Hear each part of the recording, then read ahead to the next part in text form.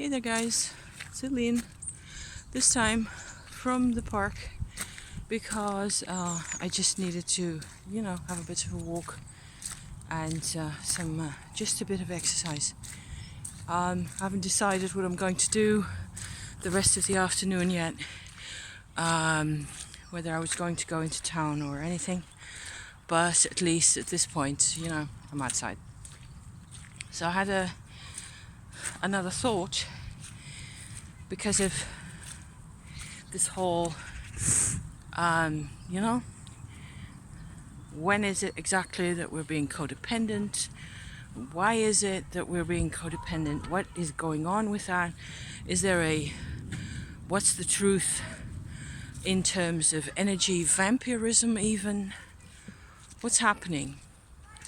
Because I'm in a situation with a person who seems to take certain things for granted.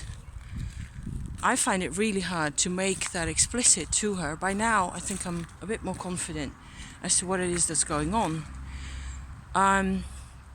She means really well, or maybe I should say they, they mean really well, and there really isn't, so that goes really dark. Right, there you go. Takes a while to adjust.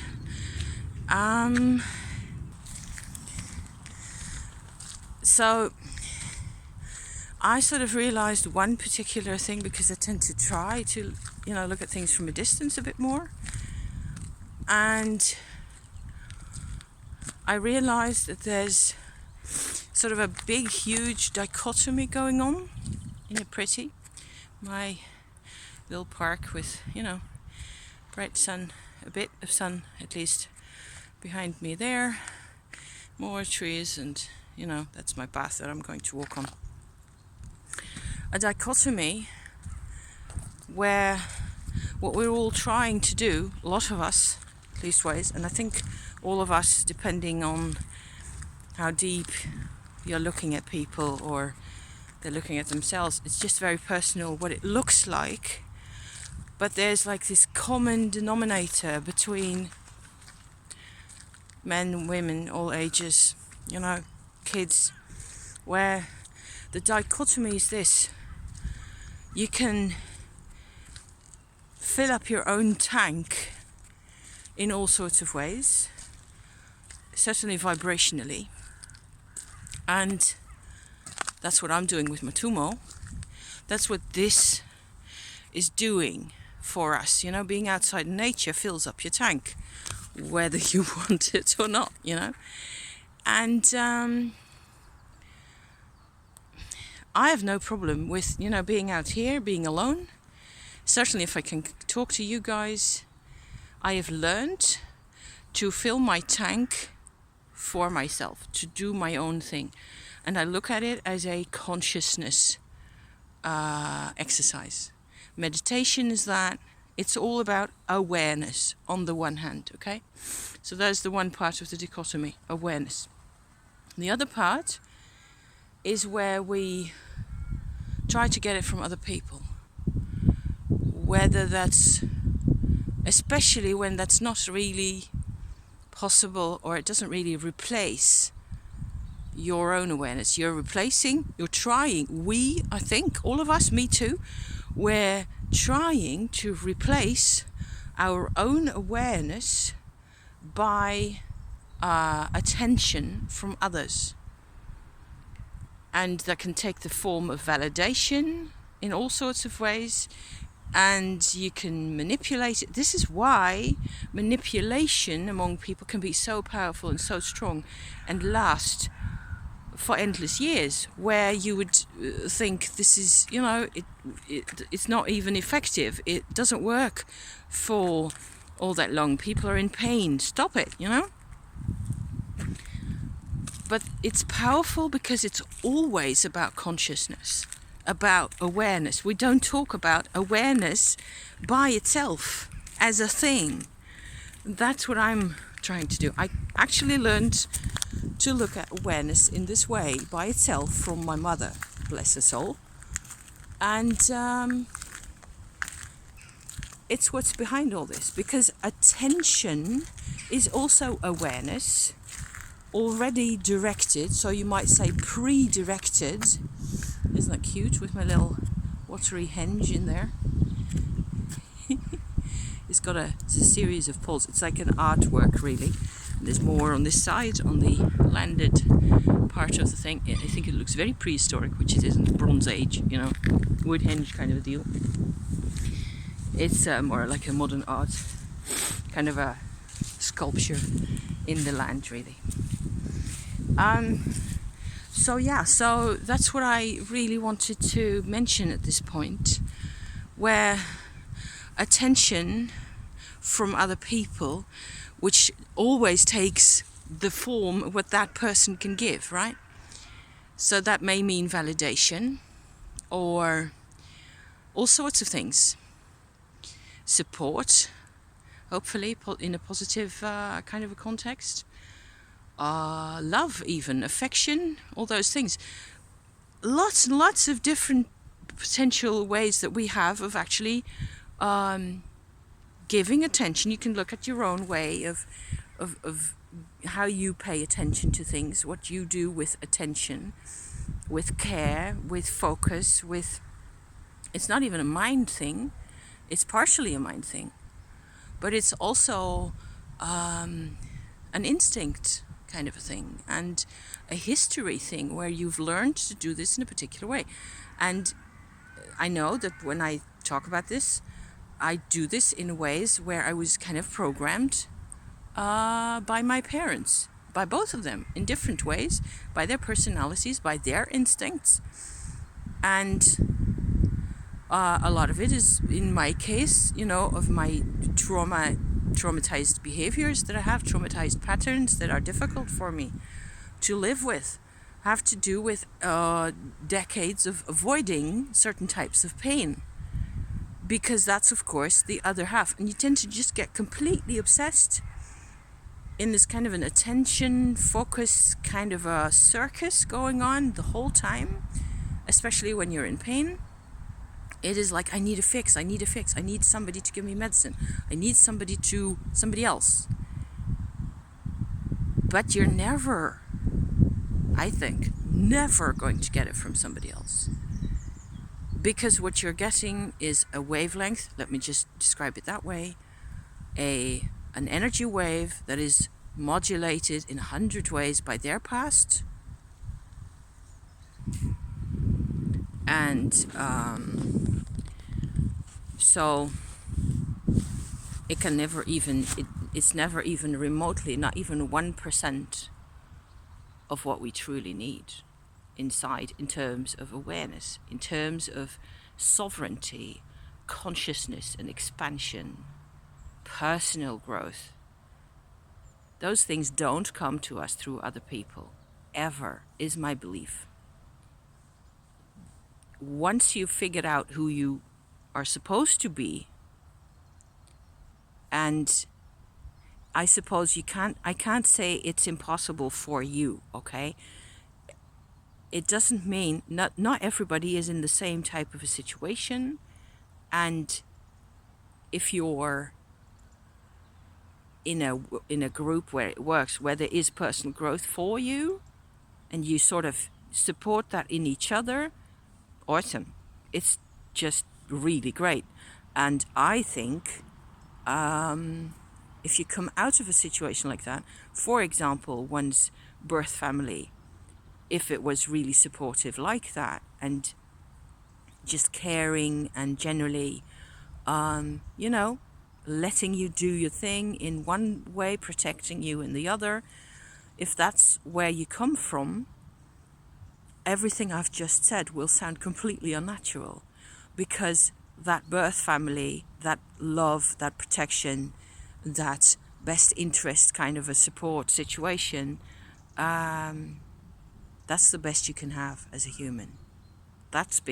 Then you're okay. So those people, I mean, I'm jealous as I sit here, but that wasn't me.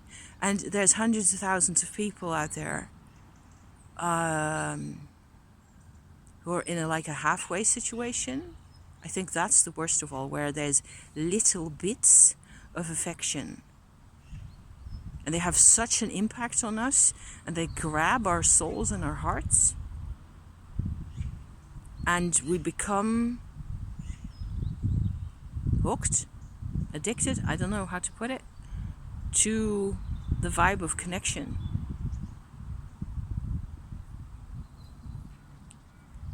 And it's kind of what we're supposed to work with anyway, because we're not supposed to be alone. Everything I've said about inner awareness being a thing in itself, and you being able to fill up your own tank in whatever way, that comes from distress. So it's kind of like a combo of a really natural situation that is taken away from us, and then us having to figure out all over again how to live, how to not mess it up, how to learn to protect ourselves, which sounds like completely counterintuitive in a lot of ways, because you should protect other people. So a bit of a ramble about those things, yeah, I suppose. I don't think I've really gotten a how-to. I figured out that as I go through my process at the moment, all I can really do is avoid certain triggers, yes, because there's like a dead end in that particular relationship going on. And at the moment, I'm just not able to fix that. I'm being used. My energy is being drained off, and probably, if you hear what it is I'm talking about. It's just so easy. Some situations go like this, where there's an endless drain, and that's wrong. That is just plain wrong. If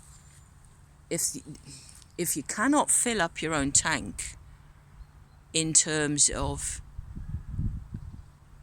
that's why I figured this out, because self-awareness and sovereignty cannot be replaced by other people's handiwork in whatever form.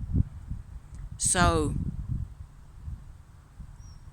even though there's lots of times where it can be fulfilling, it never gives you this. And if you're in a situation where this sovereignty is the only way forward, like for me now, for example, I find it really tough, but it was just way too painful to have to deal with a person who is apparently incapable of filling their own tank. And I've been wondering, is this person a narcissist? What's really going on here? How much of what I do do they really hear? They're never really there for me. It feels like they try to share things with me, but it's all very limited. I constantly feel super limited in my life. It's like 90% of what I try to say or express goes ignored or unnoticed, because they're completely involved with themselves only.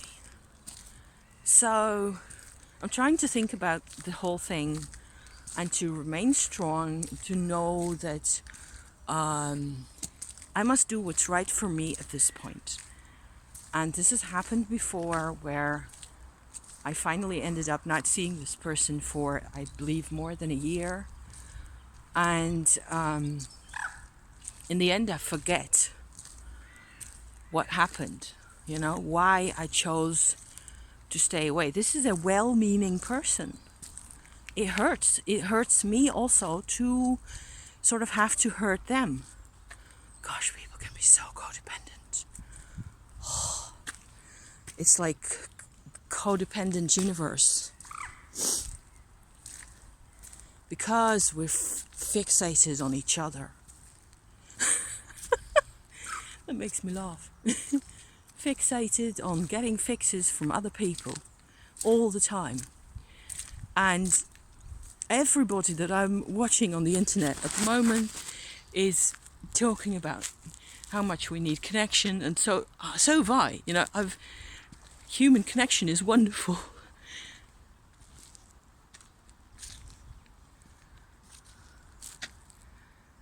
And for a lot of people, personal sovereign consciousness is a really scary thing. Because then all of a sudden, you're here alone. What happens then? I suppose it's just a shift in frequency, is one way of putting it, where you go beneath the surface. You know, you just go into, where's my hand? There's my hand. Into the watery depths, really. So, there. Quarter of an hour. Just nice to have a little park chat with you guys. Because we talk, don't we? I hope this is of interest. Because, you know, who knows, maybe. Somewhere down the line. We always want to talk to people and share our ideas anyway. I certainly do. Thank you for watching, you guys. See you next time. Okay, bye.